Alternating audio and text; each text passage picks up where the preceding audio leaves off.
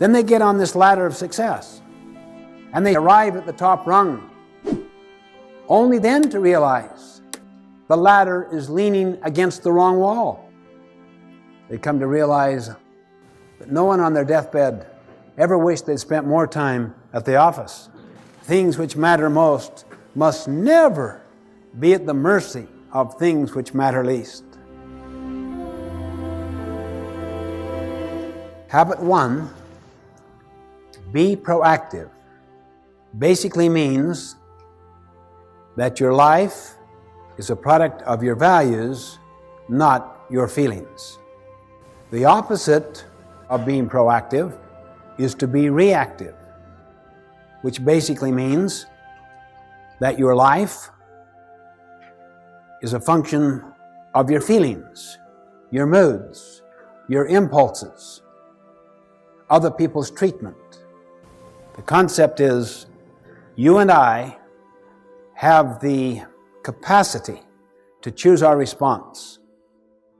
Habit 2, begin with the end in mind, basically means that all things are created twice, and habit 2 is the first creation.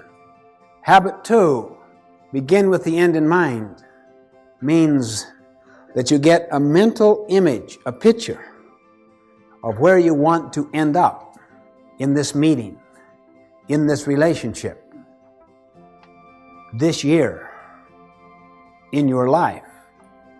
Habit 2 is based on the principle of vision, of purpose, of meaning, of mission.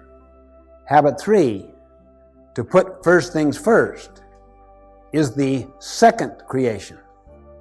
To put first things first means you decided what the first things were in habit 2. Now you have the discipline and the commitment to keep them first. The opposite of putting first things first is to put second or third or fourth things first. That's why many people really deeply value their family relationships, their health, their personal integrity.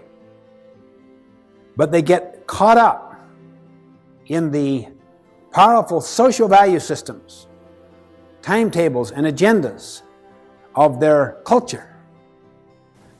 Never question it, so that the first creation has already been done for them, done to them in the form of programs, scripts that they never question. Then they get on this ladder of success, and they arrive at the top rung, only then to realize the ladder is leaning against the wrong wall. They come to realize that no one on their deathbed ever wished they'd spent more time at the office. Things which matter most must never be at the mercy of things which matter least. Habit 4, think win-win, is the habit of mutual benefit. The underlying paradigm or principle is abundance. There is plenty out there and to spare. So you don't have to be threatened by the strengths of other people. You can nurture competency around you higher than your own. It doesn't threaten you. You can share knowledge. You can share recognition, gain, profit.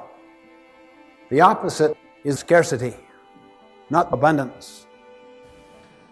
Habit 5, seek first to understand, then to be understood, is the habit of empathic communication, meaning you always seek to understand first. The teacher diagnoses, pre-assesses before teaching. The doctor diagnoses before prescribing. The attorney does discovery before developing his or her own case or brief. Understand first before you seek to be understood, before you seek to contribute, before you take action, before you have the basis for judgment.